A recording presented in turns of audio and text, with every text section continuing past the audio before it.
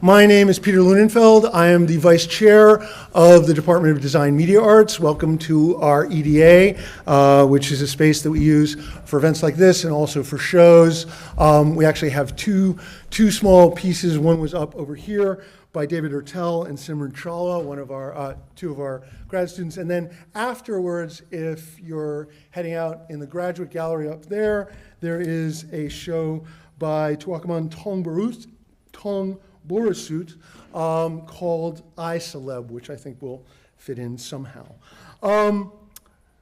I just really wanted to say I'm delighted to be able to offer this and to co-host tonight's talk with the Center, with the program in Experimental Critical Theory, and I'd really like to thank Kenneth Reinhardt, the director of ECT, for putting this meeting together. And with that, I'm going to hand things over to Ken to introduce our distinguished speaker.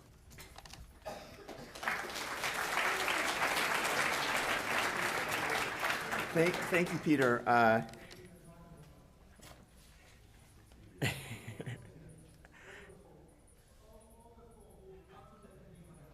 Okay, we're full. It's being streamed, so everyone will be able to see it. Thank you all for coming here tonight. This talk is sponsored by the program in Experimental Critical Theory and the Department of Design Media Arts, and I want to thank Peter for making this all possible, and especially this beautiful space. Slavoj Žižek has been visiting UCLA regularly for over 25 years now. In that time, he has emerged as a consistently penetrating analyst of contemporary culture and politics, and one of the greatest critical theorists of our time. He is, as well, an extraordinarily powerful philosopher. Indeed, he is perhaps the philosopher of our time, who completely fulfills Alain Badiou's famous statement that, quote, "A contemporary philosopher, for me, is indeed someone who has the unfaltering courage to traverse Lacan's anti-philosophy." Zizek's astonishingly fruitful synthesis of Hegel, Lacan, and of course Marx has opened countless paths for new possibilities of thinking and acting for today in both philosophy and anti-philosophy, which, according to Badiou, attempts to break through the deadlocks of possibility and necessity that hobble contemporary politics with an assertion that the apparently impossible may be our only real choice. Slavoj's work has opened up so many worlds to me personally and for so many people all over the world. I can't begin to enumerate his many publications, the many books that have been devoted to him. There's a journal that's devoted to him, the many movies about him and that he's been involved with. But let me just mention a few of my favorite of his titles, beginning with what was just an absolutely era-defining book in 1989, The Sublime Object of Ideology. In 1993, Tarrying with the Negative. These are just personal favorites. In 1999, The Ticklish Subject. In 2000, The Fragile Absolute. 2003, The Puppet and the Dwarf. And in 2012, the magisterial volume, Less Than Nothing, Hegel and the Shadow of Dialectical Materialism.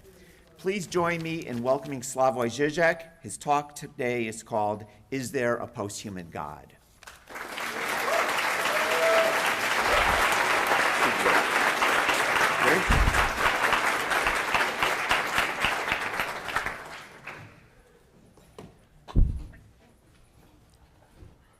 I just hope I like to be here. I feel at home, and like most of you, I still remember, no, like most of you don't, I still remember 20, 25 years, Westwood was much livelier.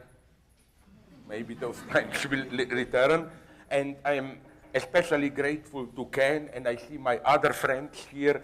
For example, you know how many ideas I also took from Ken. Ken had already, you developed this over 10 years ago, I think, this wonderful flash of an insight that what if what we call human rights are precisely the rights to violate the 10 Commandments? You know, like they are the, at least for you in the US, the right to have arms means the right to kill. You know, it's no don't kill. Sexual freedom means you can, and so it's a wonderful reading. I'm also glad to see here my good old friend John McCumber, who wrote years ago a wonderful book in the company of works on Hegel. His dream, I hope, is the same as mine, the one of totally without any shame redeeming Hegel for today. I even ironically, in that over 1,000 pages book called Less Than Nothing, where it certainly doesn't weigh less than nothing, my idea is even to perform a materialist reversal of Marx in Hegel. The crazy reading is that Hegel was more materialist than Marx. So I do, with all this, I'm just glad to be here. Not to lose time, since I usually talk too much, I just would like to begin with a warning so that I will not disappoint you. Neither the word Trump, I will just now mention things which brought me a lot of trouble lately. Neither the word Donald Trump, or the words, nor the word LGBTQ plus, or however you put it now, will be pronounced here. I will not deal with that. I will do something, unfortunately you will be bored probably. I will precisely do an old-fashioned analysis of our present constellation, not in the United States, but general, where are we with humanity, what does this mean with religion, and then I will try to conclude with an analysis of a good Danish thriller to illustrate what would have meant to me a kind of a Christian atheist position, which I think is a religious position. I'm an atheist, but I define myself, it will be clear why, as a Christian atheist, how this would have worked. So, without further ado, let's go on. Let me begin, paradoxically, by a conservative philosopher whom some people even dismissed as a half neo-fascist, but who is a friend of mine, and I think he is interesting. I'm of course talking about Peter Sloterdijk, the famous author of, already in the late 80s, of the Critique of Cynical Reason.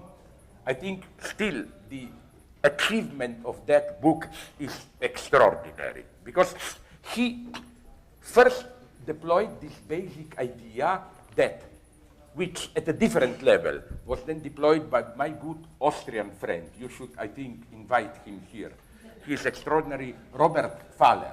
This idea of beliefs which socially function, even if no one believes in them. It's a wonderful idea developed also under the guise of his Thaler's new term, interpassivity, how others can believe for you, how today's predominant ideology is cynical. We are realist, we don't care,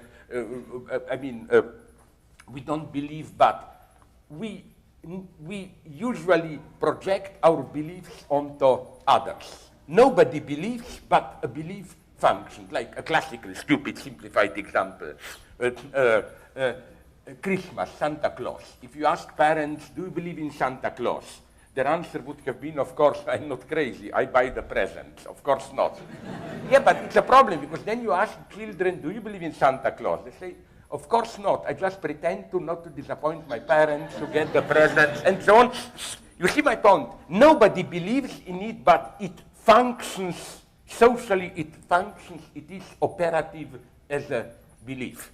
And I think that not only religious beliefs function like that, even our amusement. For example, and that's Robert Thaler's idea.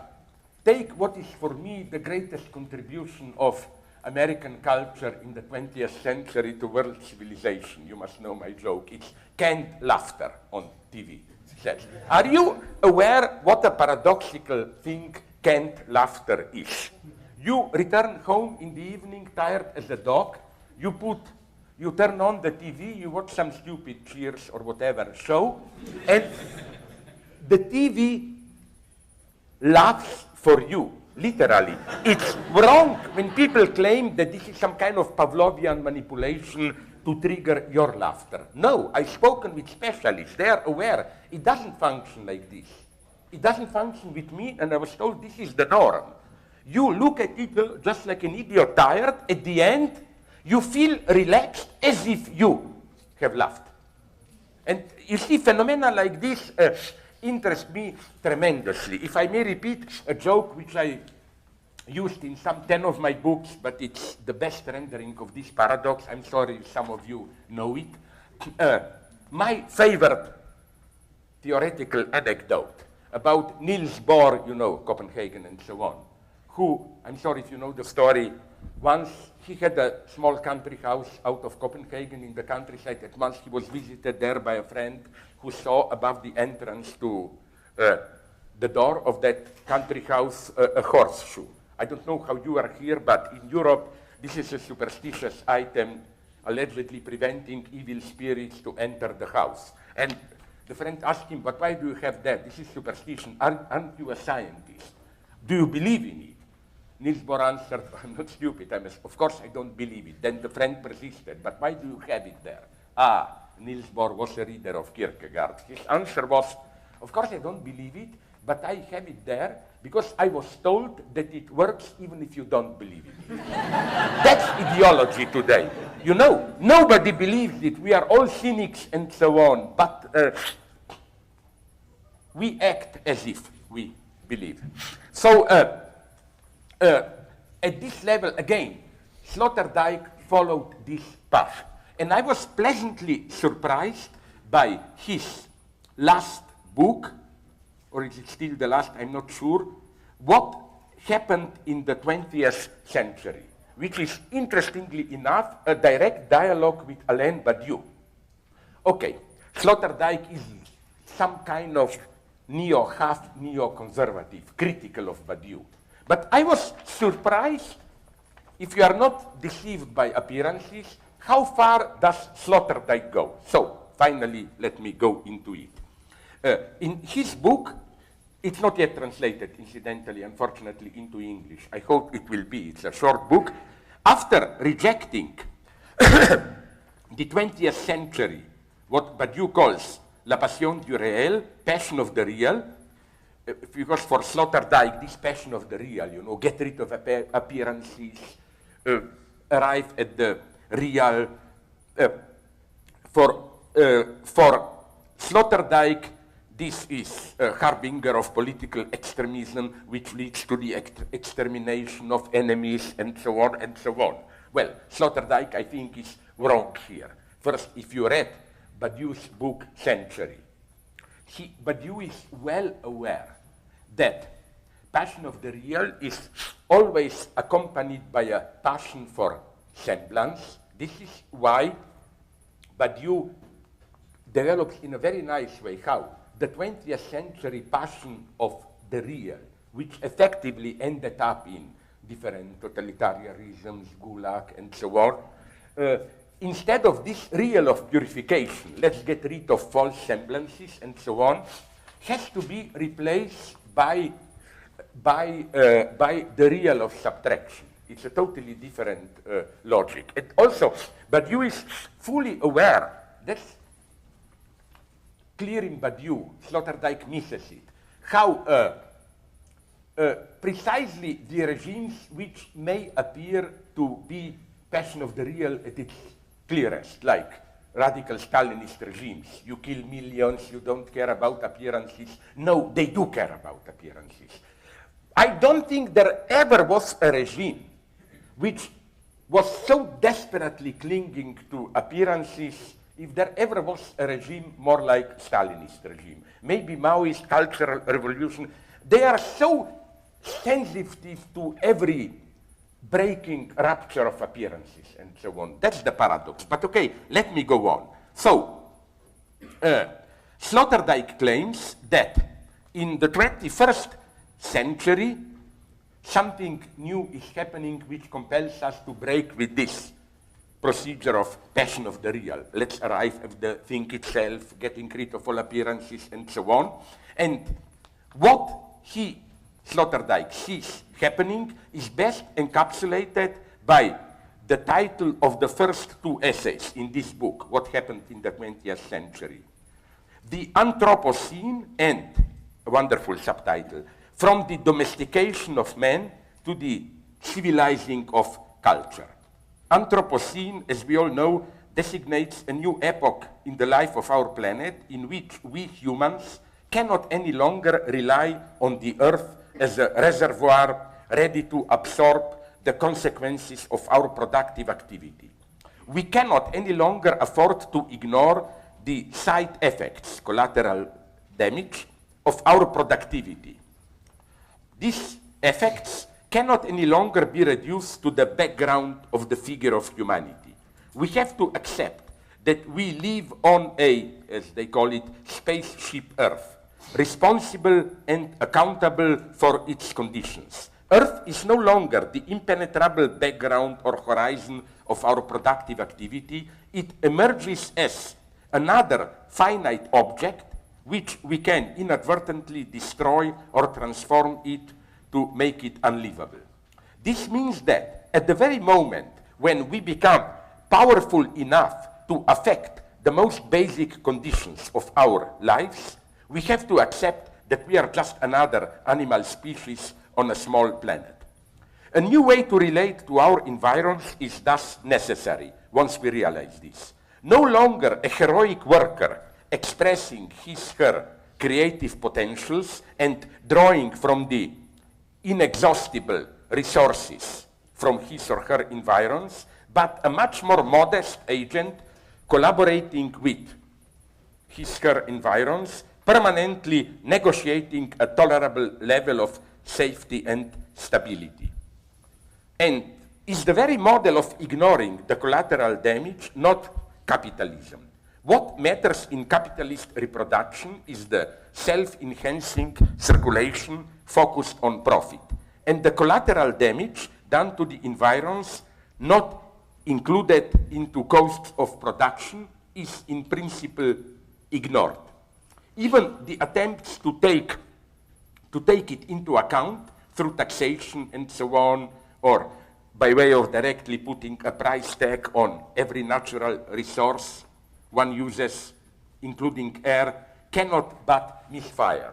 Because, you know, there is a wonderful, but it's crazy, I think unworkable, capitalist attempt to deal with ecological crisis. The idea is it's a crazy one of total commodification. Like somehow we should calculate, for example, our entire air supply, air on Earth, how much is it worth? Let's say, I don't know how many trillions, and then somehow divide it and add to the price. There is even an attempt in this way, some feminists were for it when I was young, to solve the problem of exploiting women by putting a price tag of unpaid homework of women. Now this sounds nice, there is a certain justice in it, but I don't think it works. It's simply what it seems to be, a total commodification. So in order to establish this new, another thing I want to add here is that for this reason, I don't think that the right way to criticize capitalism is to accuse it of being egotist, short-sighted, and so on. Walter Benjamin was right.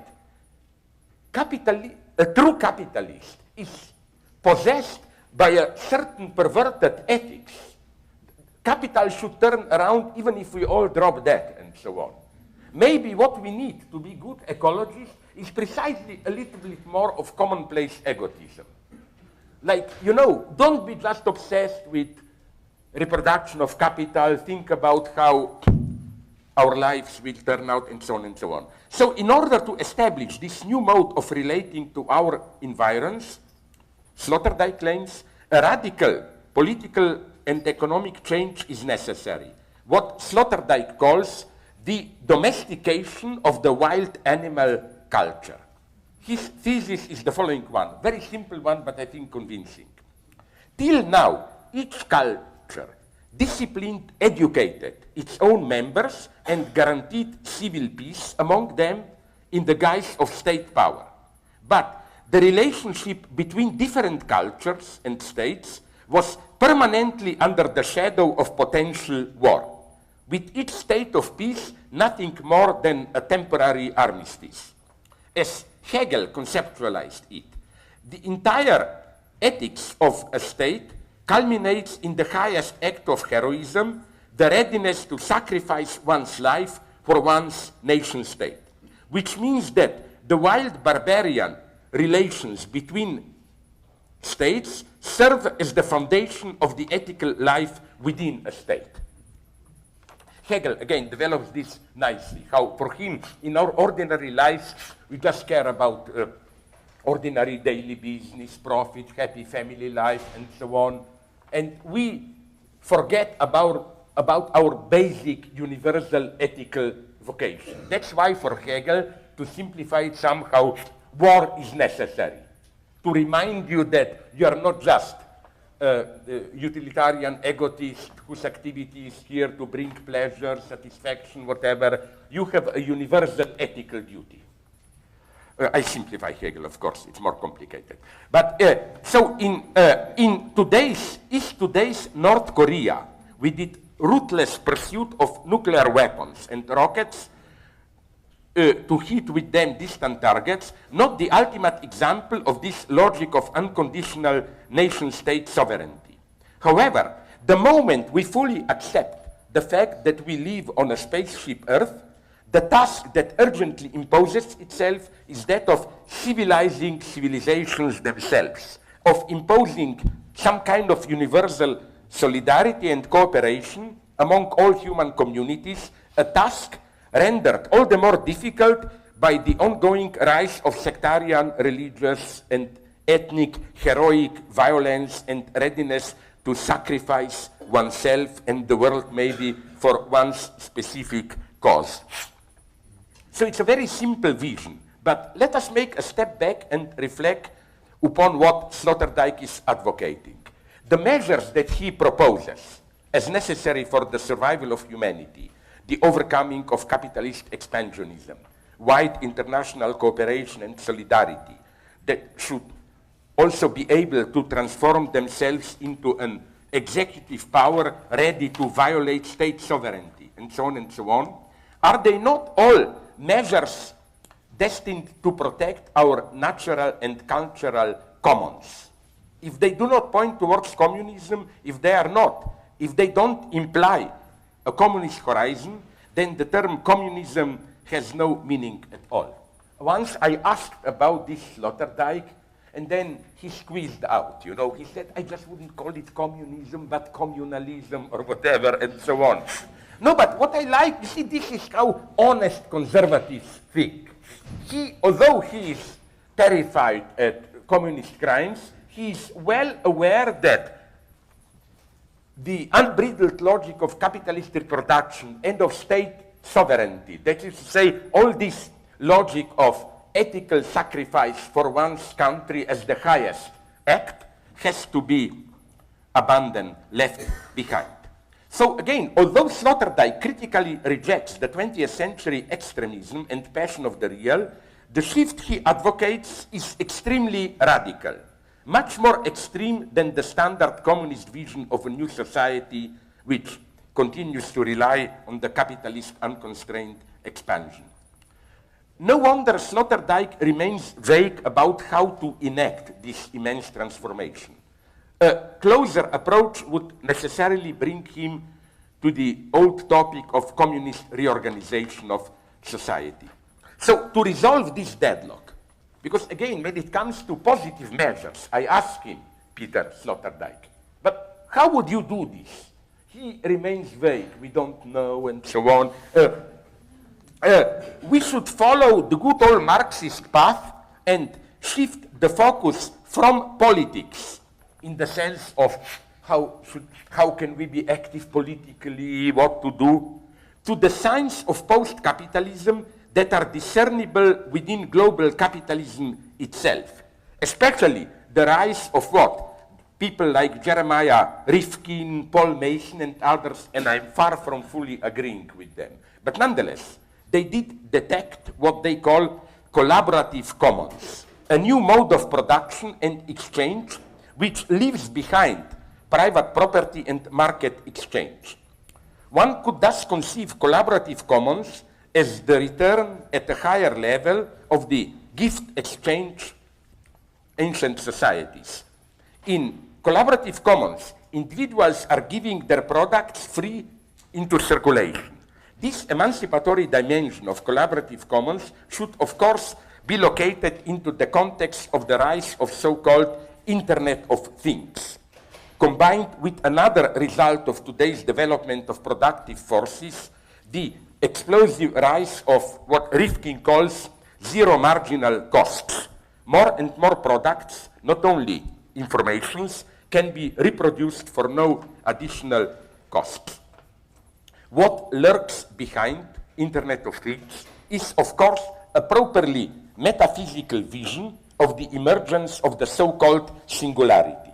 Our individual lives will be totally embedded in a divine-like digital other, which will control and regulate them. This extrapolation confronts us clearly with the utter ambiguity of the Internet of Things. Two mutually exclusive readings of Internet of Things impose themselves. Internet of Things as the domain of radical emancipation, a unique chance of combining freedom and collaboration where, to paraphrase Juliet's definition of love from Shakespeare, Romeo, the more I give to thee, the more I have, for both are infinite, versus Internet of Things as complete submersion into the divine digital other, where I am deprived of my freedom of agency. How should we relate these two aspects? It's what I find so fascinating. Now, in Germany, they are publishing the manuscripts, thousands of them, of what we cannot, from hindsight, we can call Soviet Bolshevik tech gnosis. It's so interesting to see how all that Reichardsweil bullshit and so on, you find it in Bolshevism in the 1920s. You know, the predominant ideology, not just some marginal crazy guys, but among hundreds of thousands of intellectuals, even Trotsky subscribed to this vision, was that with new developments of technology, the era of individual human beings who regulate their lives through emotions, fears, and so on is over, that literally the ultimate task of communism is to construct a new man which will be immediately part of a collective and at the same time not immersed into her bodily existence. For example, they use this image of sexuality. It's an incredible movement. I mean, we totally forgot about it. The idea is the following one, that now that the working class has power, capitalism is over in Soviet Union, the state power is in the hand of workers, blah, blah, the last fortress of the reaction is sexuality. Why? They claim because in sexuality you have this dependence on feelings at its purest. You know, like, sorry to be vulgar from my male chauvinist position, you see a beautiful naked woman, you are directly affected. Their idea is, I mean, maybe. At my age, it gets problematic and so on. What they claim, these Soviet Gnostics, is that in communism, even the most intimate sexual impulses, arousals, and so on, should function like, how do you call those screens on a machine? You know, like, for example, when you control a heating machine, the point is not, or a machine which functions. You don't have to feel if it is hot or enough. You look at the temperature display. And the idea is that in developed communism, our bodies will function in the same way. That even if you will feel something, you will not be immediately affected by it. It would be like, am I hungry? Let's look at the screen. Do I need sex? Let's look at the screen. And this is, the theological background of this is extraordinary. It is a theological background of French post-Jansenism Cartesian thought. For example, my favorite post-Cartesian philosopher, Nicolas Malebranche, developed this idea. For him, there was sex. They screwed like crazy, Adam and Eve in paradise. But his point is, they did it just as another instrumental activity. Getting erection was like raising the hand. Making love was like working on the field, you know. It was simple instrumental activity. You were not directly identified by it. And he, Malebranche, I found this beautiful, even identified in this weird term the fall. The fall was when Adam lost this distance. When he thought he is directly affected by objects. And in a nice anti-feminist twist for Malebranche, the object which seduced Adam into this empiricist mistake, I am immediately affected by object, was of course the body of naked Eve, you know. Then, it's a wonderful, crazy theory of Malebranche that God punished us for this. How? God saw how we humans wanted to abandon this divine distance. We are not our bodies. And he said, now I will punish you by, since you want to control your body as a machine from a distance. So, I will give you, he meant, of course, God was a male chauvinist here, man, I will make it so that part of your body will be uncontrollable in its movements, erection. You will not control it. It will happen when you don't want it, when you want it desperately, it will not happen, and so on. And you know, you find this theory already in St. Augustine. It's a theory that the uncontrollability of erection is the divine punishment for the sin. And I mean, it's absolutely crucial to know this line of thought. Like in Silicon Valley, they should return to their communist roots, hopefully. You know, how, in a much more primitive way technologically, but nonetheless how this dream of digital immortality and so on, in a primitive way, everything was already there formulated in Soviet Gnosticism. And you know what's the saddest thing in it? That Stalin put an end to it. The Stalinist cultural revolution in the late 20s was precisely, with all its horrors, a return to, let's call it, normal human life. No, this is why Stalin imposed socialist realism, a move which was very popular at that point. The idea was what? People hated all that futurist, constructivist, avant-garde bullshit, you know, Malevich, Eisenstein. They wanted normal, warm stories, sentimental, and so on. Stalin gave all this to them. Now we are returning to it. What I want to say is, again, I want to focus on this ambiguity of Internet of Things, which is the final prospect of this, the total digitalization of our lives. What is happening is with Internet of Things, it's what? Things can also refer to a wide variety of devices such as heart monitoring implants, biochip transponders on farm animals, electric clamps in coastal waters, automobiles with built-in sensors, DNA analysis devices for environmental monitoring, and so on. These devices collect useful data with the help of various technologies and then autonomously flow the data between to other devices. So human individuals, that's also a crucial part of Internet of Things. How human individuals are also things whose states and activities are continuously registered, transmitted without their knowledge. You know who developed this in a very naive way?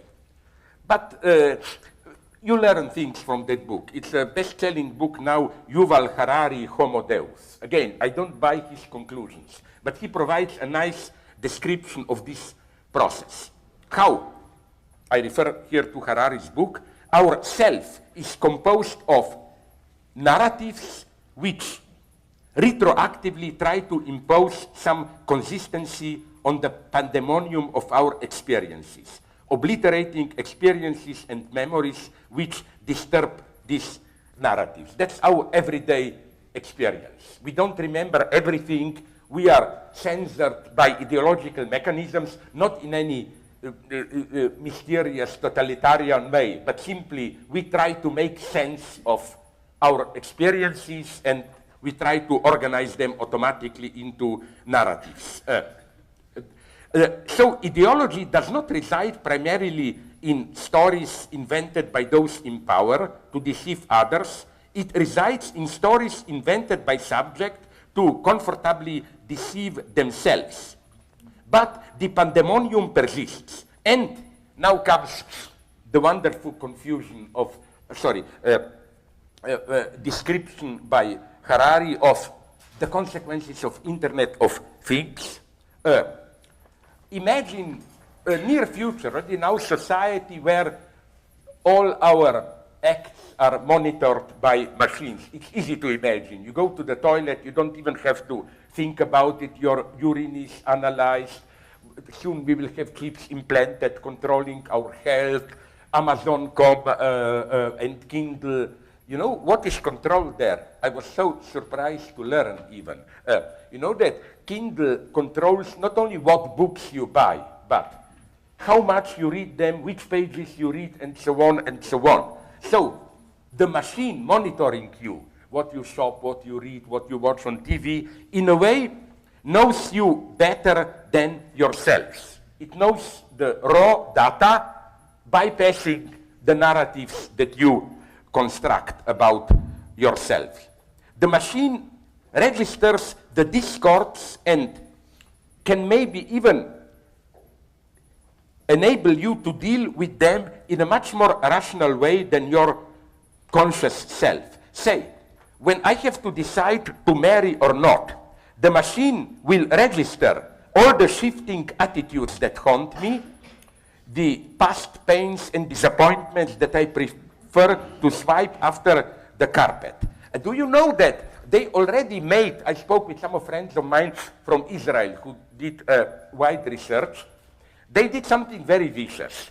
They got the permission from a couple of couples who were planned to be married to be monitored from some time. And then they compared the decision of the couple to get married or not. They compared this, their conscious decision, to the conclusion of the computer. The conclusion of the computer was much more accurate. Like, if they did marry, the computer predicted this marriage will not last, and vice versa, and so on. Why not? It was also demonstrated by experiment.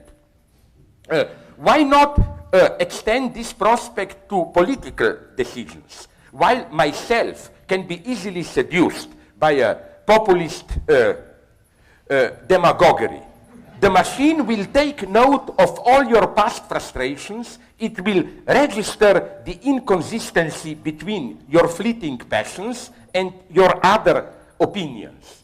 For example, you know, in the trial of the moment before elections, you make a crazy decision. It's proven, and it's not even a reactionary conclusion, that, for example, I'll put it like this. Instead of you stupid Americans being allowed to vote freely, and then you get what you get.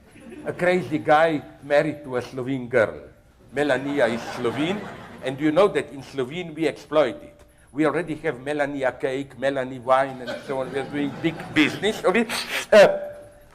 A friend of mine did a wonderful experiment and demonstrated that if a computer were to be allowed, just some machinery collecting all the data, to follow your life, all your past decisions, sympathies, and so on, and rationally conclude what are your actual interests and advise you how to vote, Trump would never have been elected, you know. Okay, I violated my promise that I didn't mention the word Trump and so on, but what can we do? So again, why should machines not vote on our behalf? Now you will say this is a crazy dream. No, but computer scientists here are much more rational. They are not claiming machines are perfect.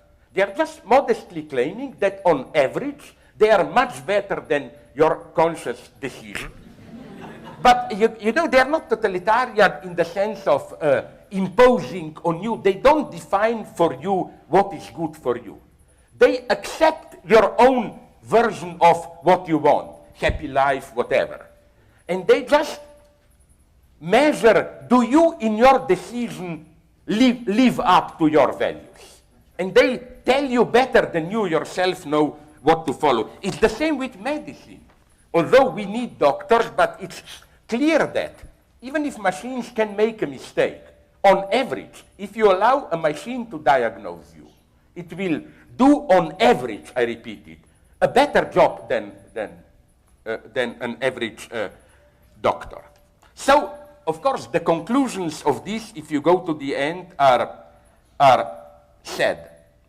The decisions made by human individuals are much weaker, less rational than the decisions made, if you allow them to be made, the decisions made by machines. So, as I quote from this Yuval Harari, this problematizes the notion of liberal individual who, that's the basic premise, knows best what is good for him. I quote from Harari, liberalism sanctifies the narrating self and allows it to vote in the polling stations, in the supermarket, and in the marriage market. For centuries, this made good sense, because though the narrating self believes in all kinds of fictions and fantasies, no alternative system knew me better. Yet once we have a system that really knows me better than I know myself, it will be foolhardy to leave authority in the hands of the narrating self. Liberal habits, such as democratic elections, will become obsolete because Google will be able to represent even your own political opinions better than yourself. End of quote. Now, one can make a realist case for this option. It is not what the computer which registers my activity, it's not that computer is omnipotent and infallible. It's just that, on average, its decisions work substantially better than the decisions of our mind. So, the digital machine is maybe the latest embodiment of the big other, the subject supposed to know, which operates as a field of knowledge, a chain of signifiers without a master signifier, a non-subjective machine. And the problem is then, what will happen in this growing digitalization? There are two options. Will there be what Ray Kurzweil calls singularity, in the sense that our minds will combine together into a higher unity or whatever, which will nonetheless control this process, or will we be, how should I put it, dominated by the machines? I think that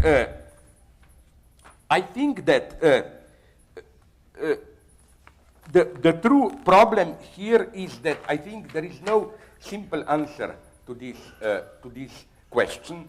Namely, again, the question is this one: who will control it? Will we be nonetheless our collective mind masters of this process, or will be as individuals just reduced to cogs in a machine, and so on and so on? I believe here in Stalin's answer, I mean, of course, one of the best jokes that I know from Stalinism, you know. It's a wonderful joke. I'm sorry if you know it. I used it once already in my books, where the joke goes like this.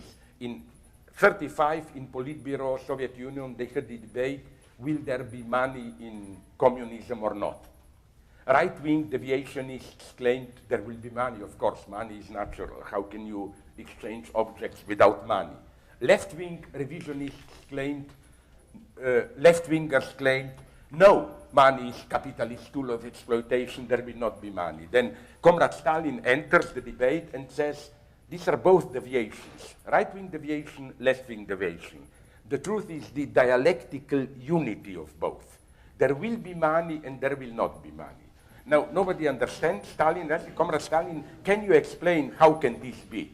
And now comes the genius. Stalin says it's very simple. Some people will have money, other people will not have money, you know. And that should be answer. Will we control it or not? Well, some will control it, others will not control it.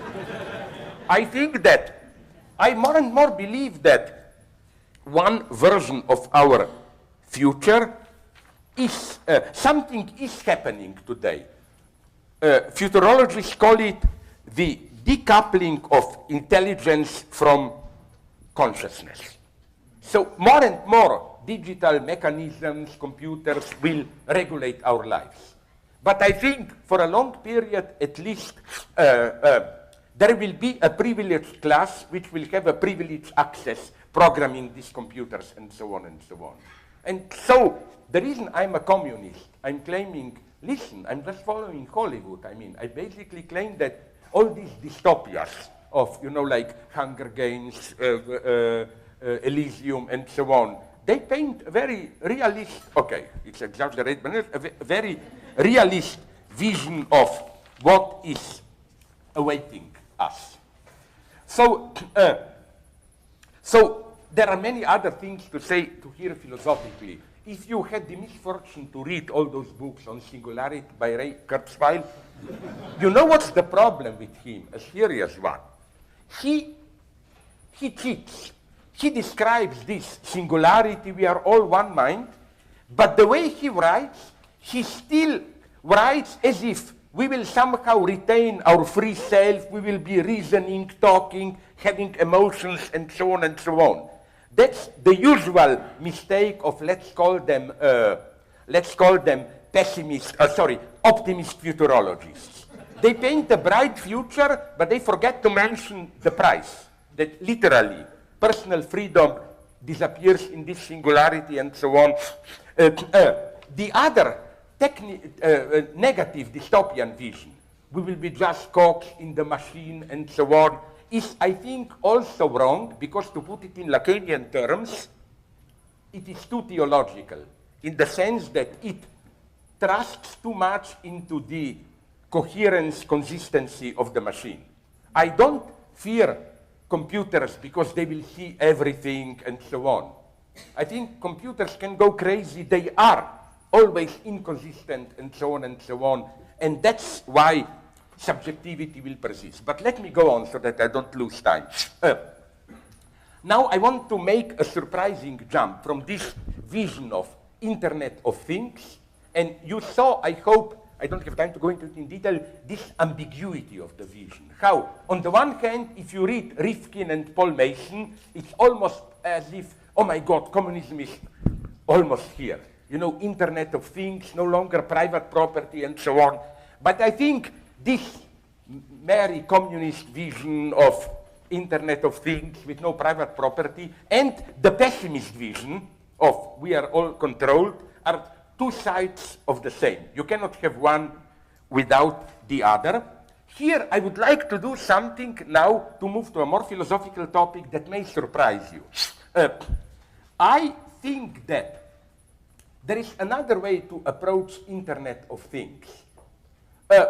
They are maybe theoretically my enemies, but you know, I'm a Leninist. I always say, let's learn from our enemies, you know.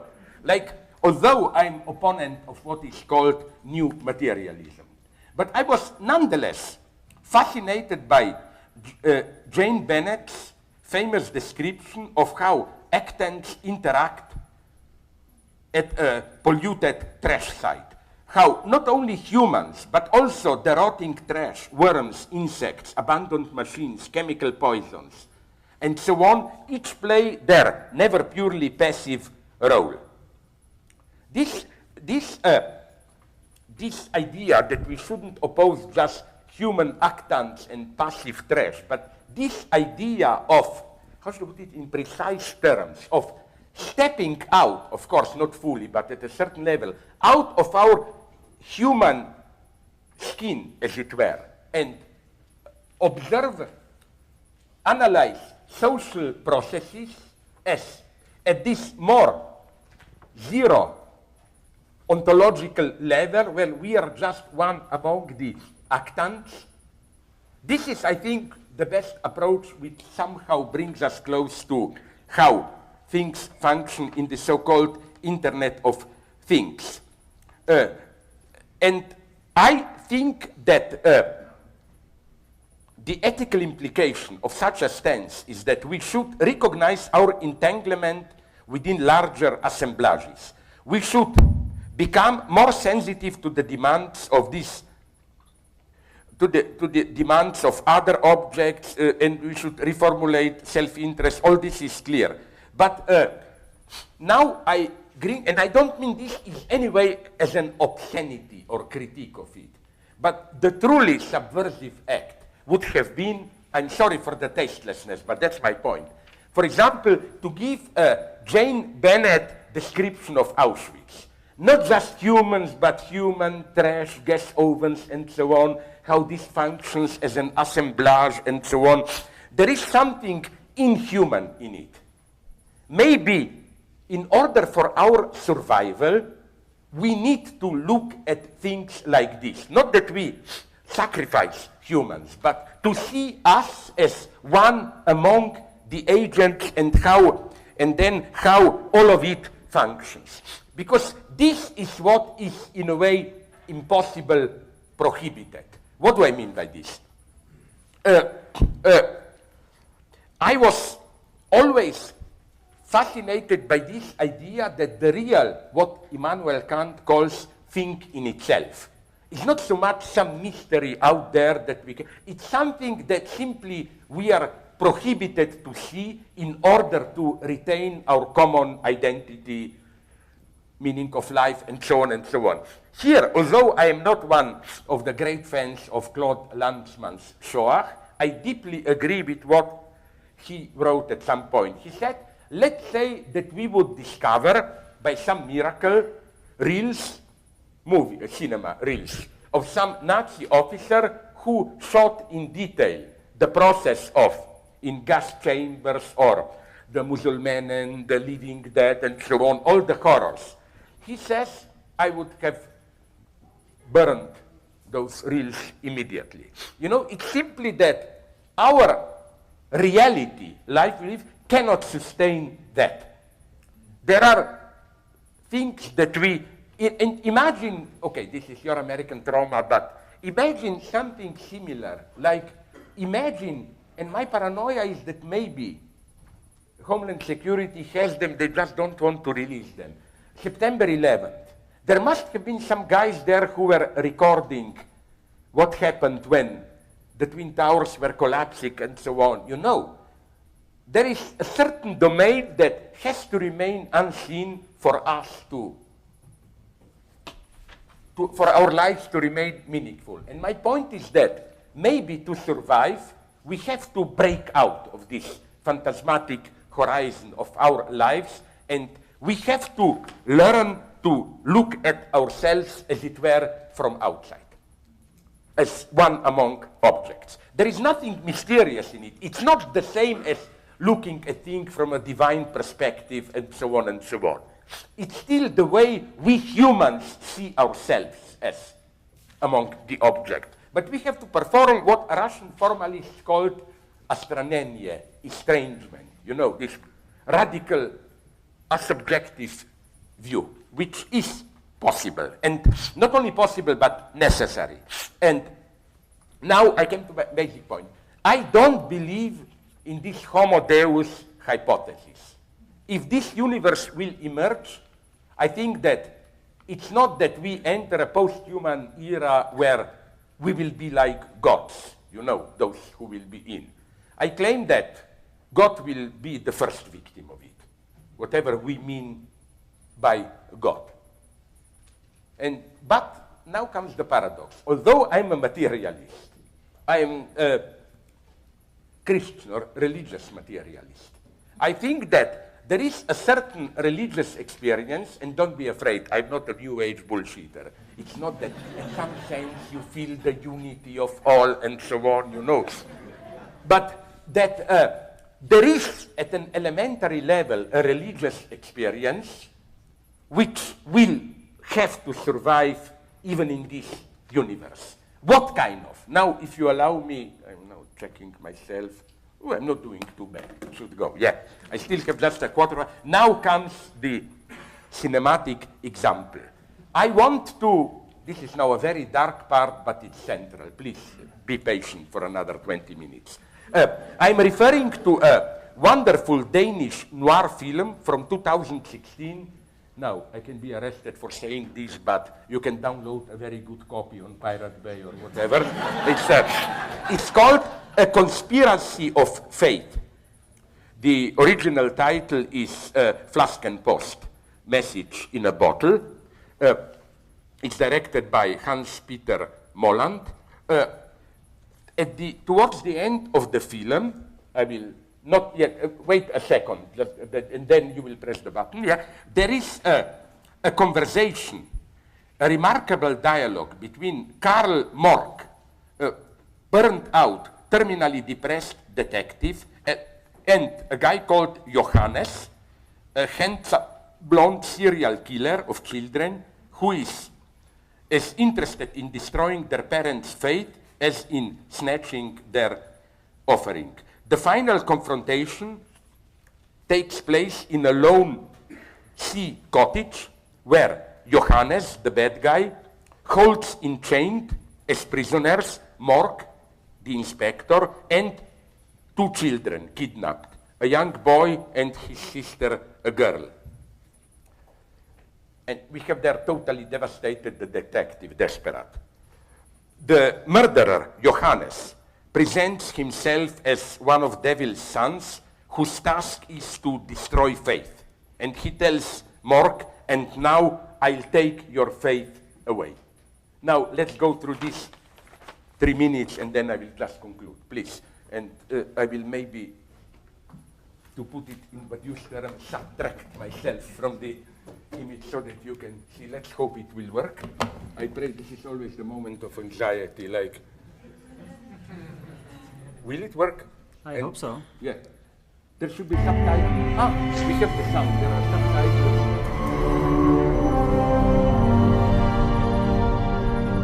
That's the Og så ble jeg hans. Siden da.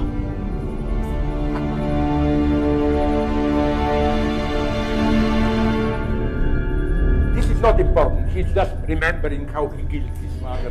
Og så slog du børn ihjel. Now, you see, that's For at få dem til ham. Få en der sjæl i helvede eller noget. Dette har ingenting med barn å gjøre. Jeg forstår at det kan virke sånn, men det har det ikke. Jeg har funnet den reneste måten å tjene hans endelige mål. Ferdig med det. Vi skal vinne over Gud.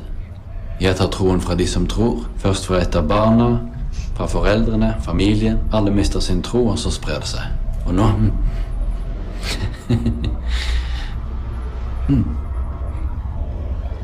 Og nå... Nå skal jeg ta troen fra deg også. now it's crucial dialogue.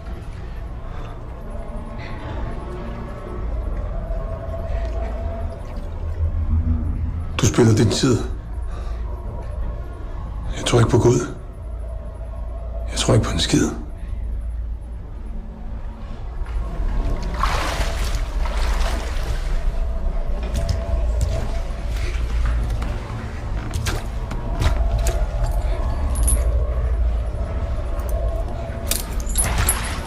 Johannes.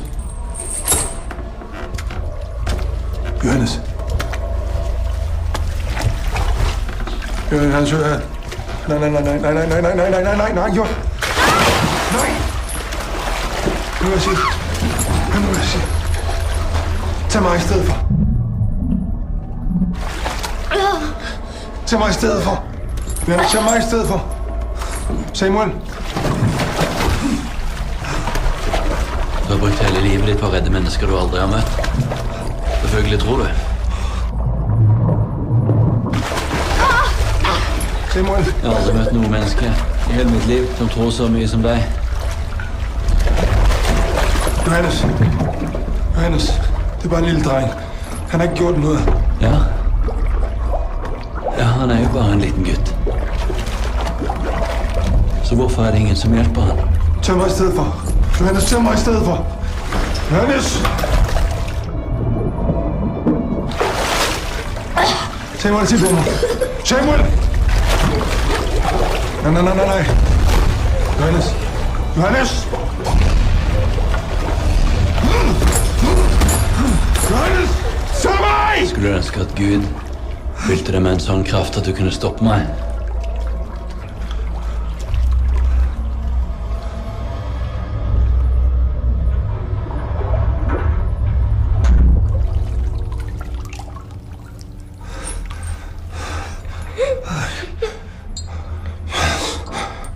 Fång mig. Jeg tror at du kommer til å huske denne dagen, Karl. Fång mig. Hør mig. At du var her. Og at det ikke forandret noe.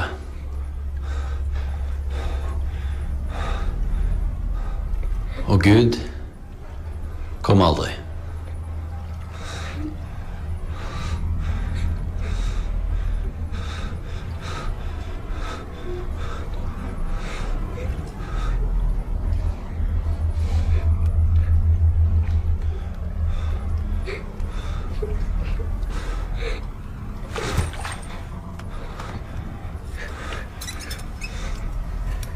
Johannes, hør.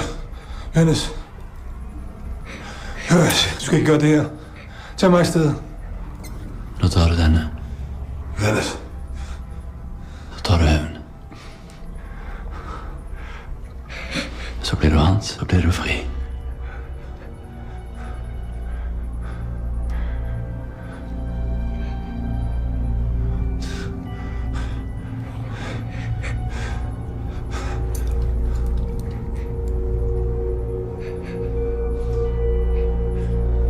Stikker du meg? Stikk meg, så blir du fri.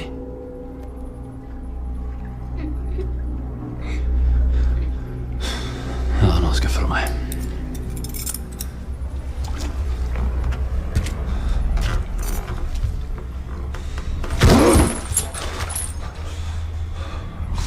Nå har du sett. Nå skal du leve.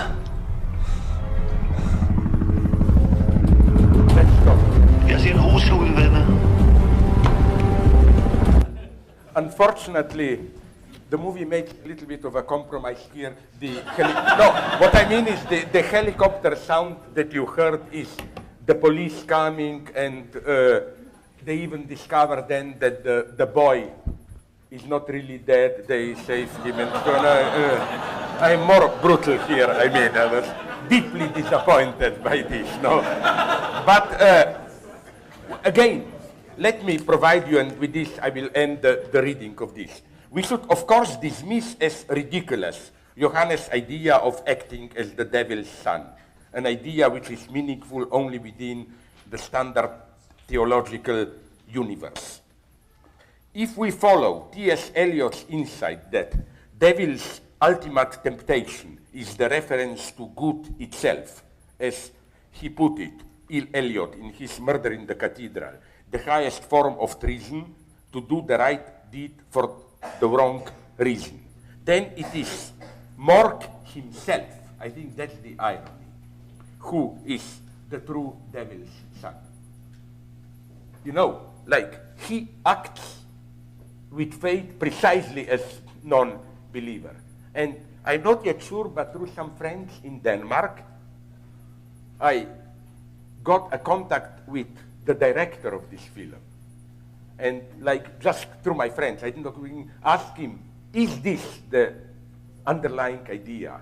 That forget about this stupid, pseudo-beautiful, blonde Nazi guy. Mork is really devil's son. He said, yes, this was the idea. So, devil's ultimate trump card, also in the sense of, is not give way to your lust for power, enjoy life, abandon the chimera of higher ethical values, but do all the noble deeds your heart tells you to do, live the highest ethical life, and be aware that there is no need for the reference to God in all this. It is your own inner nature which is your guide here. You are following the law of your heart.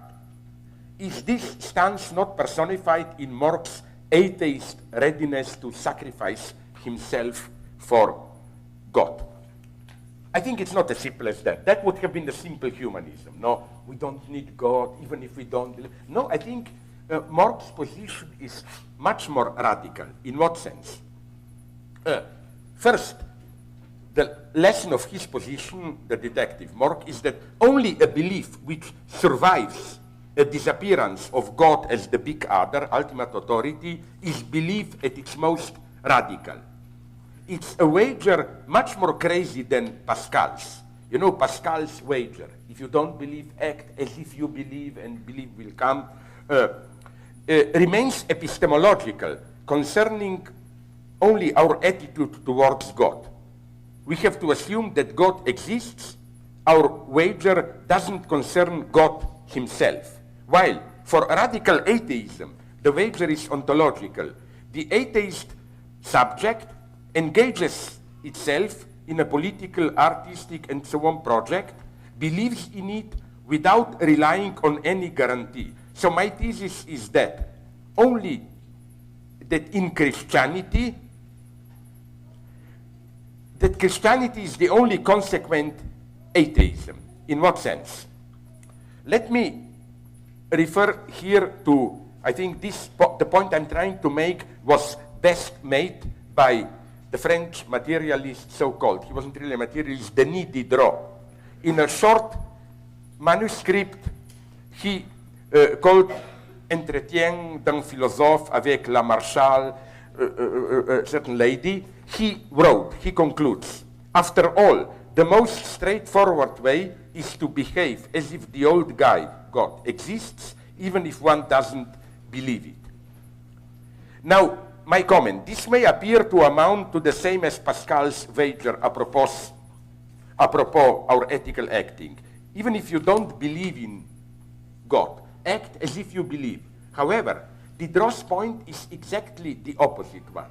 The only way to be truly moral is to act morally without regard to God's existence. In other words, Diderot directly turns around Pascal's wager in the advice to put your bets on the existence of God. Another quote, in a word, it is that, beautiful formulation, it is that the majority of those who deny remunerating and revenging God have all to lose and nothing to gain, end of quote.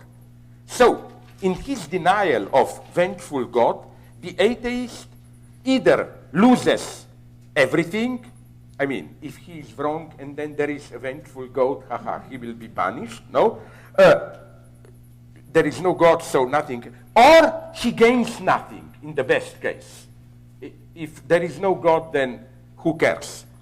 It is this attitude, I think, which expresses a true confidence in one's belief and makes one do good deeds without regard to divine reward or punishment. It's again as if the old guy exists. This old guy is God the Father, which recalls Lacan's formula le père ou pire, father or worse. In true ethics, one acts from the position of the inexistence of the big other. Again, here we should bear in mind that this movie is a Danish movie. And of course, Kierkegaard is always in the background. The the detective Morg, no, it's clear in the film already, this is officially declared in the film, suffers a terminal depression. And I claim this terminal depression is precisely the form of what Kierkegaard called infinite resignation, the crucial step towards the authentic religious experience. For Kierkegaard, the renunciation, the sacrificial renunciation, cannot be part of an exchange with God.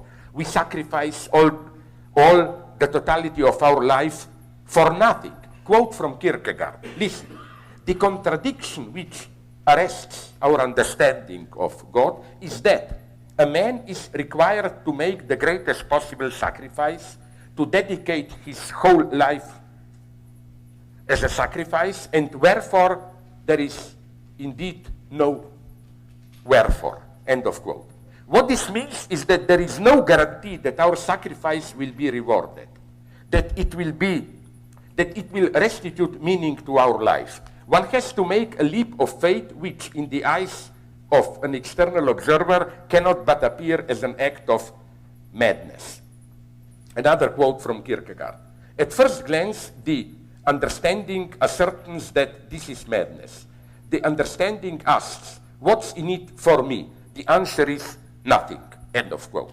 When in the movement of infinite resignation, I turn away from all temporal goods, then, I quote here Simone Weil, my reason for turning away from them is that I judge them to be false by comparison with the idea of the good.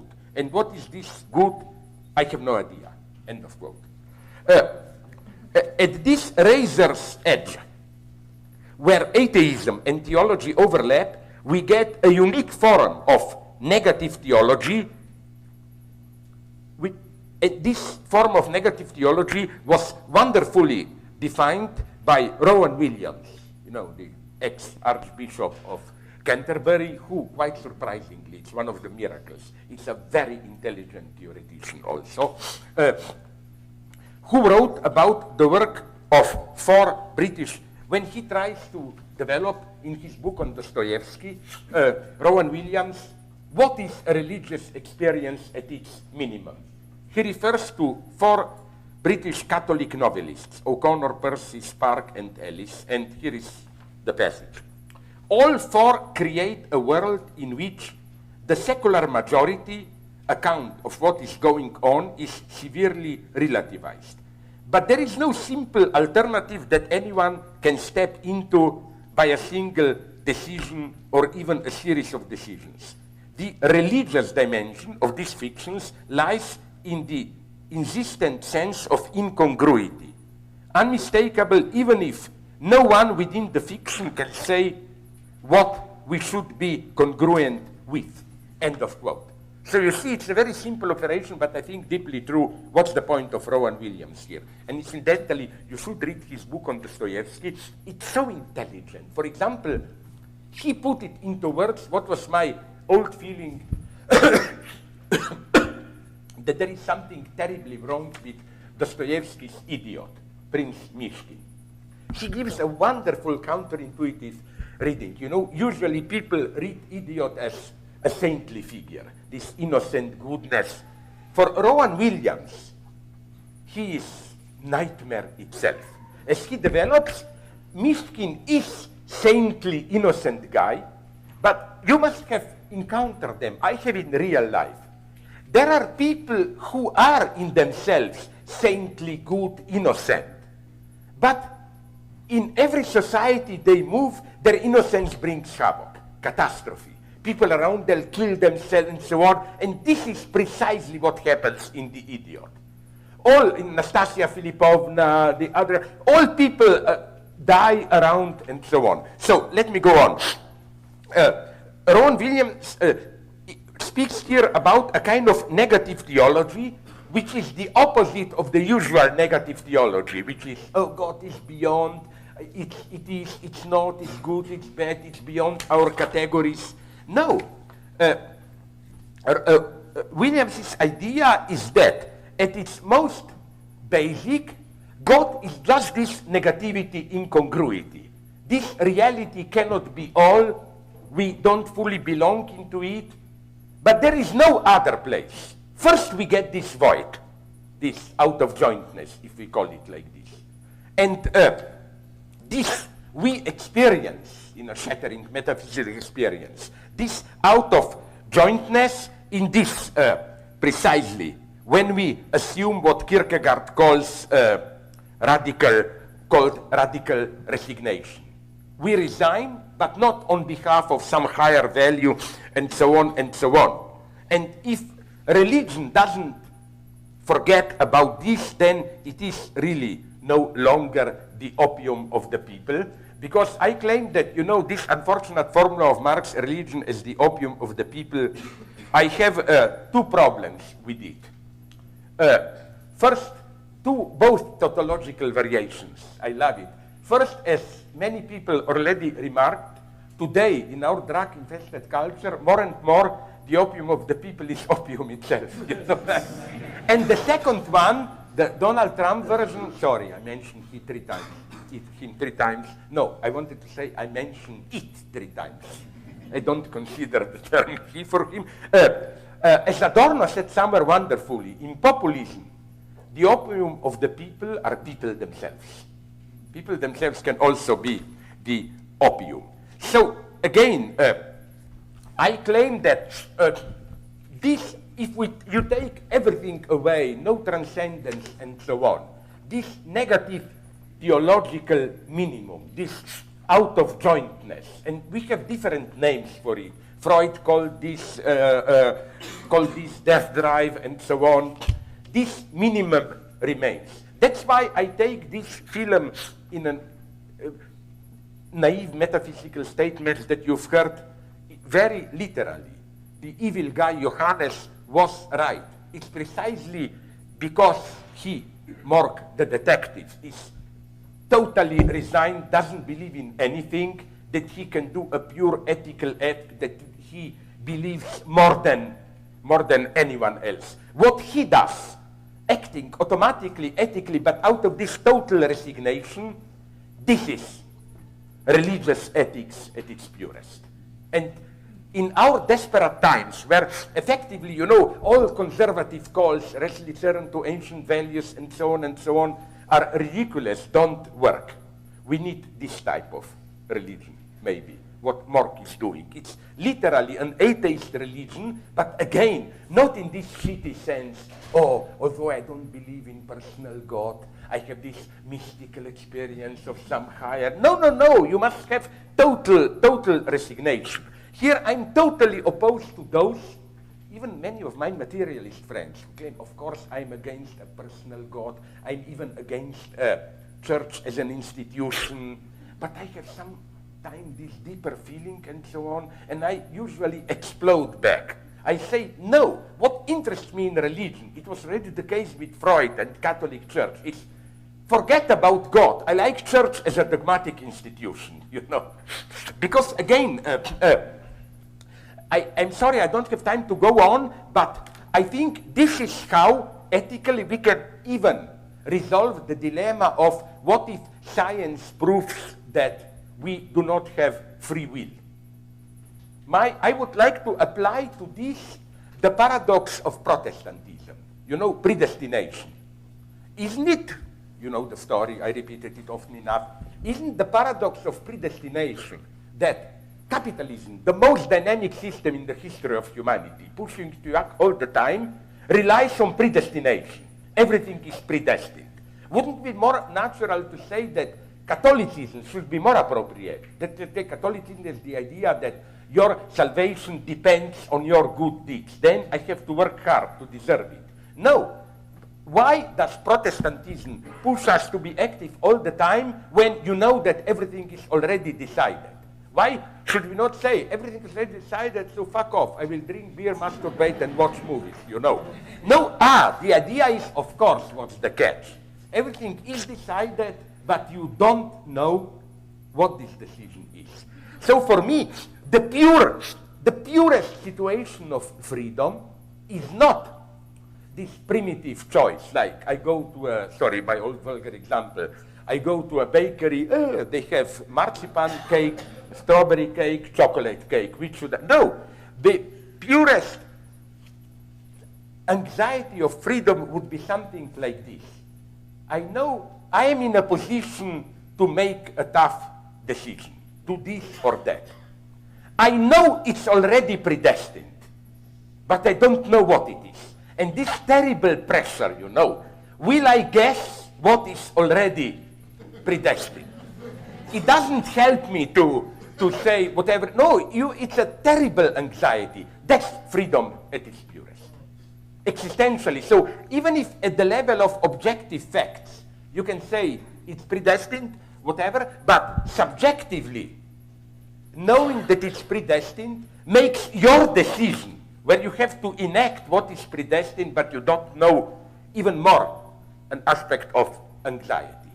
So I claim that that's my, not even optimist vision, that this minimum of atheist religious experience will have to be mobilized if we want to find our way in what is forthcoming. It's effectively, I think today, you know that famous quote from Virginia Woolf on the 10th of October of 1914 or what, human nature changed, or I got the wrong date. I think today human nature is really changing. Because you know what's human nature at its most elementary? This distance, inside, outside. Like reality is out there, I think inside. But what's happening now are crazy things. Like more and more it's possible to wire our brain so that you think about something and it happens. Like recently I learned that even Stephen Hawking no longer needs his stupid finger. His brain is already wired and they can already do this at an elementary level. Stephen Hawking just has to think forward and his wheelchair moves forward. I think the consequences of this will be tremendous.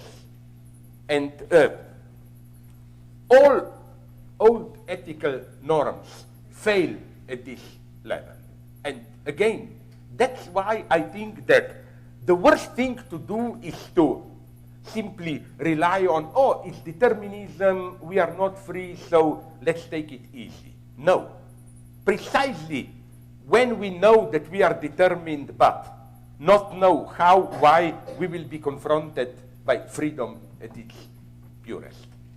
That's why I sincerely believe that the more our universe will get computerized, technicized, and so on, the more we will need a religious experience, but not in this bullshitting way, you know.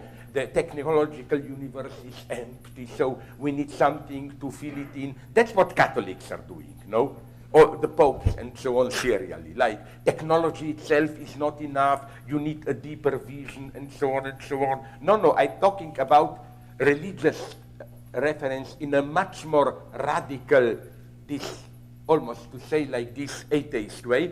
And I had some allies, I liked it, it was crazy. You remember, was it reported also in your media what Pope said a month ago? That an open atheist is much better than a hypocritical Christian, and so on and so on. Totally new alliances have to be constructed here. What I don't agree with, and this is where, although in some way what they are saying is true, all these today's, let's call them official ideological materialists, talking and so on. I'm not saying they are too radical. I'm simply saying they are not radical enough in the sense that the most intelligent critique of them that I read is that although they claim, you know, free will is illusion, materialism and so on, but they enter deeply into what one can call a pragmatic contradiction. But they still act, reason as if they are free beings and so on. They cheat in this standard the technological gnostic way. And this is a big problem, properly Lacanian problem. What kind of subject fits modern science, to put it very simply? If you accept consequences of science to the end, okay, the obvious answer would have been the position of somebody like Paul and Patricia Churchland, you know. We have to accept we have no free will and so on. I claim this position doesn't work because it's existentially impossible. Impossible in the sense that I agree here with my favorite cognitive scientist, I quote him in my old books, Thomas Metzinger, who claims that you cannot subjectively assume as your truth the fact that you are just a neuronal mechanism and so on. You can know this rationally, but you cannot subjectivize it. Okay, Metzinger is a Buddhist, and he tries to prove, it's an interesting attempt, that at the level of most radical Buddhist meditation, when you reach the level of what they call thoughts without a thinker, that you can do it. Then the standard predominant position is the position of dualism. Like most cognitivists claim, okay, we just have to accept this as our necessary limitation. We can develop it scientifically, that we are just neuronal automata, but we will never be able to subjectively assume it. We, as they claim, our free will and so on is a user's illusion. We have to have it. Then we have, as already mentioned, the Churchland theory, which is we can assume it. We become more open, more tolerant. No, I think that even the Buddhist way, although it's the most intelligent, Metzinger's, it's too easy. That there is a subject which fits this radical technological objectivization, and it's precisely this Kierkegaardian resignation, subject of radical resignation, subject of, in my sense, negative theology.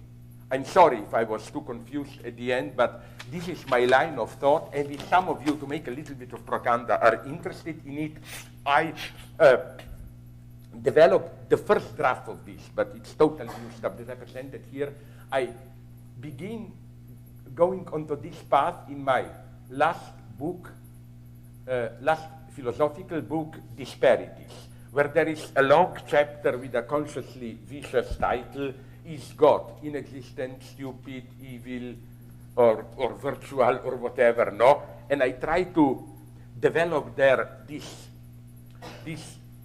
notion of God, personal God, as a necessary illusion, but not in this bad sense of for stupid people and so on. If I may conclude with this to make it a little bit easier, I tell there, maybe you know it, I'm sorry, it was told to me by my good friend Jean-Pierre Dupuy, a certain pseudo-ancient anecdote, it's not clear where is the origin. Niklas Luhmann uses it, Dupuy uses it. Okay, one of the subtitles, my book is entitled The 12th Camel, as one of the names of the god, you know. And this is what fascinates. It's a pseudo, I think. It didn't really happen there. It was invented in Europe. I'm not sure. Maybe it is from there. The legend, Arab one, goes like this. There was an old merchant who was dying, and he left his legacy to his sons were 11 camels. And he made his will, he says to his sons, elder son, middle, the younger son, that they have to divide his legacy so that the older son gets half of it, the next son gets, I think, 1/3, and then 1/4 or whatever of it. But there was a problem, you know, like, what is half of 11? Because the father insisted the division must work exactly, otherwise you get nothing. Okay, the sons ask a wise old guy who said, no problem, I will solve it. He says, I will give you a present, another camel. And then they tell him, but why should you lose a camel? He tells them, don't worry, you will not, I will get it back. Now we have 12 camels, you know, and let's divide it. Half of 12 is 6. The elder guy gets 6 camels. 1/3 of 12 is, no, sorry, it should be 12, yes, no, the other guy gets, yes, now I'm confused. The next guy gets 1/4, 1/4 is 3, and the last guy gets 1/6 or whatever of 12, which is 2. So 6, 3, 2. We divided it precisely the way Father ordered. Count it. 6 and 3 and 2 is what? 11. And so now I take my camel back. And it worked. And the idea of Dupuy is that this is God. You know, you have to, it's the 12th camel. To make the operation, to make it function, you have to count it in. It's in this way, but not in this derogatory way, we need an illusion to survive. It's more a structural necessity. In that it's not simply we can think without him. It's this wonderful paradox of an illusion, which it's an illusion, but if you erase it, you lose also the reality of which it is the illusion. Okay, I spoke too much. I'm sorry if you were disappointed, but don't be.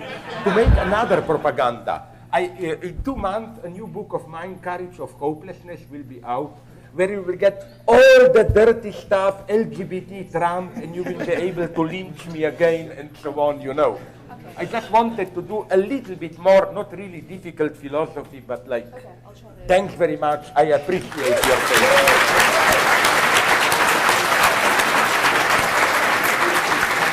Yeah. You know why I love Ken? He asked me now with care, can we do it? Are you too tired? 10 minutes? And I love this. I love being too long, because then I hypocritically, I can say, oh, I would love to engage in a long debate with you, but unfortunately we don't have time and so on. So let's play democracy. We have now. 10 minutes. And raise your hands high so I can see them. We have one right Yeah, so we've got mics that will be passed. Okay, mics will be passed. You made a good decision. Yes. You began on the left. That's right, always on the left. On the Please.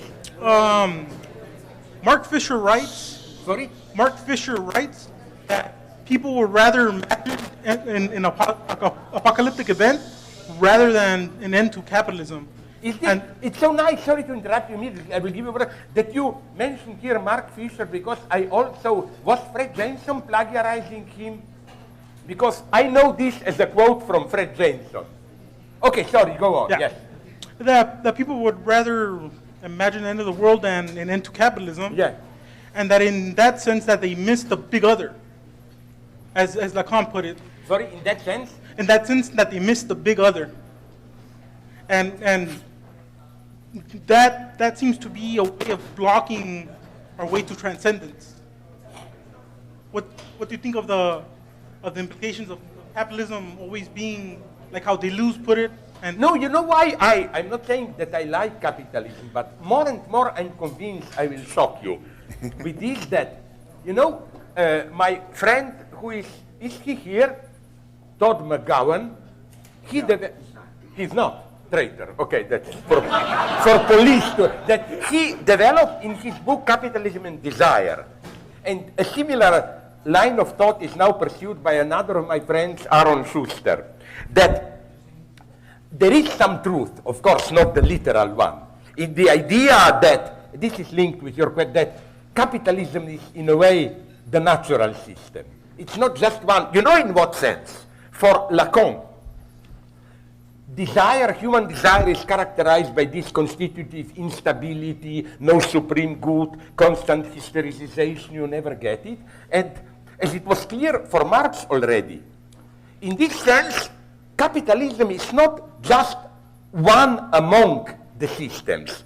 It's a system which directly brings out the paradox of human desire, which was here all the time, but the previous ideologies tried to contain it, you know. The idea of supreme good is, no, we are not in this permanent hysterization, there is a stable ultimate value, and so on, God, whatever. And so that's why it's really so difficult now to step out of capitalism at its most fundamental. Capitalism is, and it was always clear with Marx, that's why it is so powerful. It is the point of truth where, you know, it's that something which was covered up in all previous history comes out here.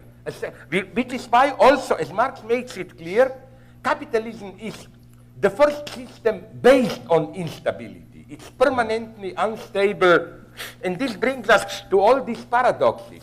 The more capitalism is in crisis, the better it functions, you know. That's why Marxists, and I still consider myself one, get into all these problems. Like, you know, already for Lenin, imperialism was late stage of capitalism. Then, what was fascism? Mao Zedong says American imperialism is the last rotting phase of the late phase.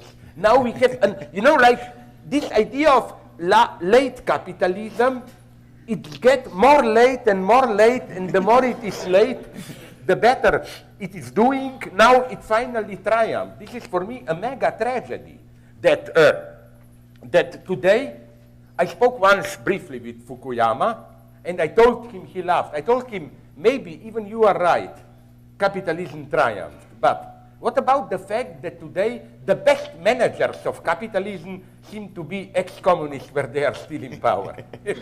In China, in Vietnam, they are doing well as managers of capitalism. So what I'm saying is that it's not just the power of ideology. We cannot imagine the end. It is really difficult to imagine how to move beyond. In a way, this is the truth, the problem of the left for me. And that's why I did that crazy, sorry, I will break, you can lynch me. Trump, I will mention it again. That's why I don't like this idea of just mocking Trump and focusing on Trump. Trump is for me a symptom, not in any deep sense, but in Trump it exploded what didn't function in predominant liberal ideology. All this dissatisfaction, that's why I like Bernie, because Bernie Sanders was the only one who did try to capture this new dissatisfaction. And what I'm saying is that the only way to really get rid of Donald Trump is to change this liberal consensus to push it to the left. I mean, our task is now terrible of the new left. We have to save what is worth saving in liberalism. So what I'm saying is that there is a real crisis of imagination. How to imagine the end of capitalism? How will it work? Isn't it the madness that I see today, which makes me really sad, is that this total reversal of roles, like in Europe, you know, which is the only government which did some pro-working class measures that even the most radical European social democrats would prefer to do, is the disgustingly conservative nationalist government in Poland. You know what they did now? And it's the same in France. Le Pen promises much. So we are living crazy times where only this racist anti-immigrant right is ready to risk some measures which are usually associated with the left, like in Poland. They lowered the age of retirement, more health care, cheaper, better scholarship for students. On the other hand, this was, I think, a genius of modern European bureaucracy. If you want to do the most brutal austerity politics, you need a radical leftist so-called power to do it. This is the Greek tragedy, you know. And that's why, incidentally, concerning Greece, I'm against both. That is to say, I think that I don't agree with those Grexit people who thought we should have gone out. No, that would have been a total catastrophe, hunger in Greece, and so on. They wanted European bureaucracy. They wanted Grexit. And they have already a plan what to do. Varoufakis, my good friend, was explaining to me. You know, this is a central, some leftists behave as if, oh, Greek government capitulated to Europe, we should have risked Grexit.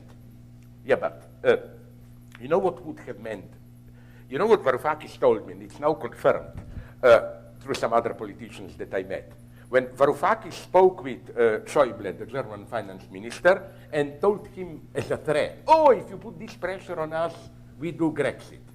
Schäuble told him, fine, how much money do you need? We can give you 20, 30 billions, and so on. Because what was subversive was, although I doubt how it was, of course, I'm also against Tsipras' capitulation. But what Varoufakis desperately tried was to remain within Europe and cause a chaos havoc there, to force Europe, and maybe there was a chance in that one.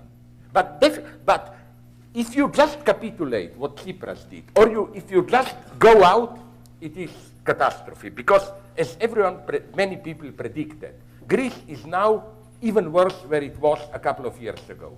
No, well, now it's the same shitty situation. It's just that the national debt is, instead of 180, I don't know, it's approaching 400 billion or whatever. You know. No, sorry, but I'm just saying, okay, I will stop, that it's not just that because of ideology we don't see it, you know. The best proof how difficult it is to imagine alternative to capitalism is Fred Jameson himself. He ended up proposing, you know, in that text that shocked everyone, militarization, that the army should take over. This is the ultimate paradox. I just see the real problem behind it. Now, not you are probably a leftist like me, but some liberal would tell me, why even bother? Why don't we remain what I ironically like to call leftist Fukuyamaists? You know, we accept the Fukuyama liberal democracy capitalism, we just push it a little bit to the left. Here I'm a pessimist. I think it will not work. At the level of ecology, refugees, biogenetics, financial capital, intellectual property, it will not work. Even Sloterdijk is here right.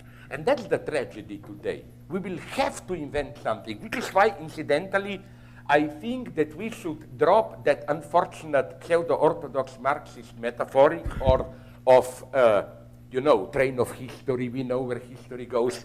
Recently, I was rereading some text of French Jacobin revolutionaries, and Saint-Just says something wonderful. Saint-Just says, we revolutionaries don't have any higher necessity to rely on. We are just captains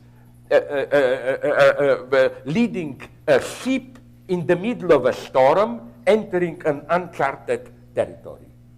It's a much better metaphor. There is no guarantee, no higher necessity, and so on. But at the same time, I claim if we just resign and say, let it go on, well, then Hollywood will win. Our society will be like Hunger Games and Elysium. It's already getting there. I know I didn't answer your question, but it's in my nature. It's in my nature. We have time. Take a selfie? We have, After, can we take a selfie? On one condition, that you don't show it to me. Because I think I am such a disgusting person with all my nervous tics that I cannot stand any image of me. we have time for one more question. Now you go to Safe Water Center. No, opportunist. Okay, sorry. Okay, we can make two, to be honest, and I will cut short my answers. Okay, so you want two brief questions? You can answer them together? No, the questions can be long, my answers will be brief. You know, I will be a wise guy, this is a joke. What if I give you these pseudo-deep Zen answers? Clap with one hand, listen to silence, and so on. That bullshit always works. Please, you decide who. Is there not a woman who has a question? Oh, this is the cheapest political correctness. This is the cheapest political correctness, you know. It's like that stupid reproach to La La Land, you know. There are many gays in LA, why are not there some gays in the, sorry, yeah. My question is about this. You have to speak into the microphone. Yeah, My question is about. loudly, louder. Is about the condition of the new subjectivity that you're talking Yeah. about. Because I think that very moment is going to move beyond the cognitive condition, right? Because it moved beyond thinking. Because first you said that the pure idea of freedom is that anxiety of choosing, okay, this one or that one, in the condition that we know it's predestined, right? But let's say that subject is that in the movie, that guy that he says, kill me, right, instead of the other person. I think in order to make that choice, you have to move beyond the process, the very condition of thinking. Because thinking. Why do you think this? Please explain. Because I'm here with Alain Badiou. I don't want to drop thinking. Okay. The reason is that because thinking and logic tell you choose yourself over the kid. If you are in a normal condition and not Why? in a certain Why? condition, Why? you don't. Why does thinking tell you that? Because I don't get it. I'm very naive. I'm not criticizing you even. I just try. Why? I think You presuppose the thinking is automatically. Sorry. Yes, unless you have a very specific notion of thinking that moves beyond the Kantian notion of thinking, right? Unless you are redefining the definition of thinking itself, because thinking is cognition, right? Unless you're saying that thinking is not. We philosophers like to complicate things here, you know. For Kant already, thinking is not the same as cognition. Cognition is cognition of phenomenal reality and so on. Thinking, you know, cognition is scientific objective cognition. Thinking precisely moves beyond it. And Kant's point is not simply that. Kant's point is precisely that pure condition. So still we are moving beyond cognition, but Yeah. it still is at the level of thinking. Yeah. Okay, that's what I wanted to know.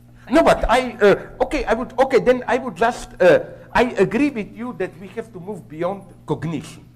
I would just not accept that this is beyond thinking. You know, thinking is a very mysterious thing.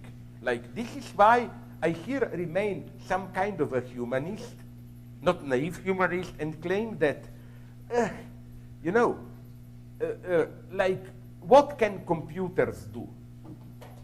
They can do many things. They can imitate cognitive aspects and so on and so on.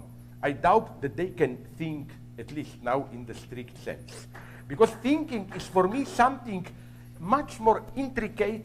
I think that first, and it's already clear with Kant, the origin of thinking is always a failure. The ultimate act of thinking is that you try to account for your failure.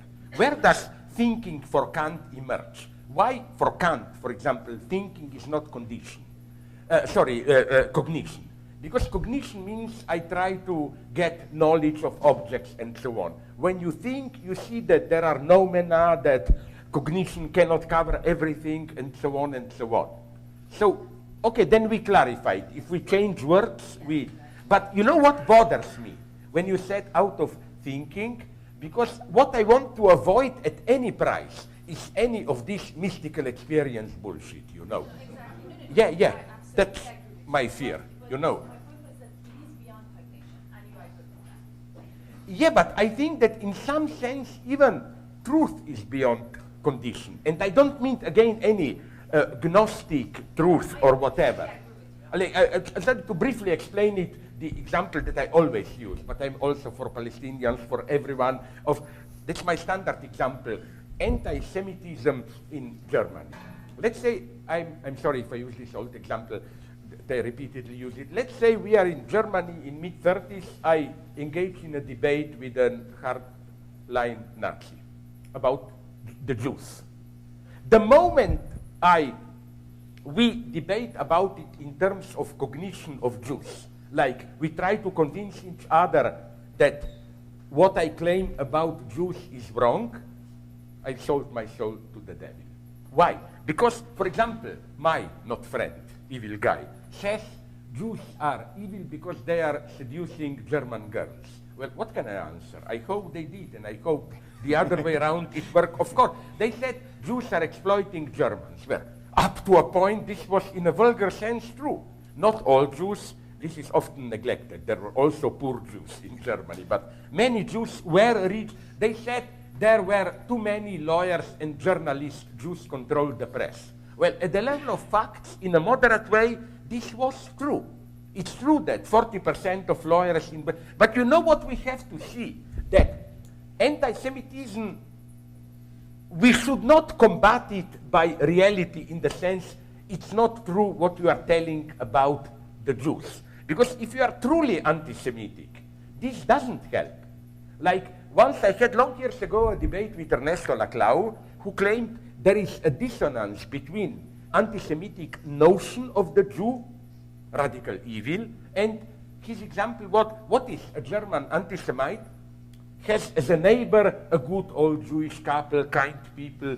Will this not give rise to some doubt in him, like, all my bullshit Jews are evil, but wait a minute, these two Jews living in my no, if you are truly anti-Semitic, you know what you do. You tell yourself, that's why the Jews are so dangerous.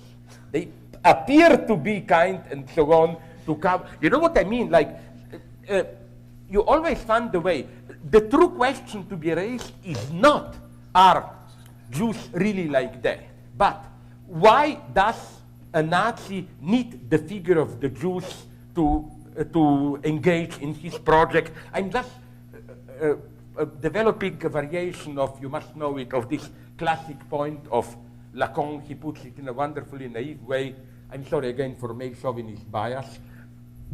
Lacan put it like this. He says, let's say a husband is jealous of his wife that she's sleeping around with other men. And Lacan's beautiful point is, even if all the suspicions of the husband are true, his jealousy is still pathological.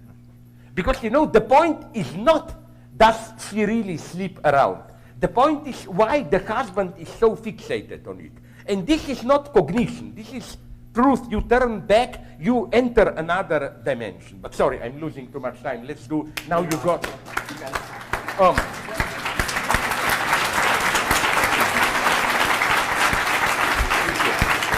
Thanks very much for your patience. And I was a little bit afraid that there will not be enough jokes and so on, and I'm very glad that you saw. So next time when I come here, why don't we move even higher and do some pure thinking? Because, you know, I also have another book in print now. It's an obscene title, Incontinence of the Void. It's Beckett, you know. In his well said, well thought, there is a dying old lady, and he mentions the term incontinent void and so on. It's pure metaphysics, that book. That's what I love. Thanks very much. Oh, we did it. Perfect. We survived.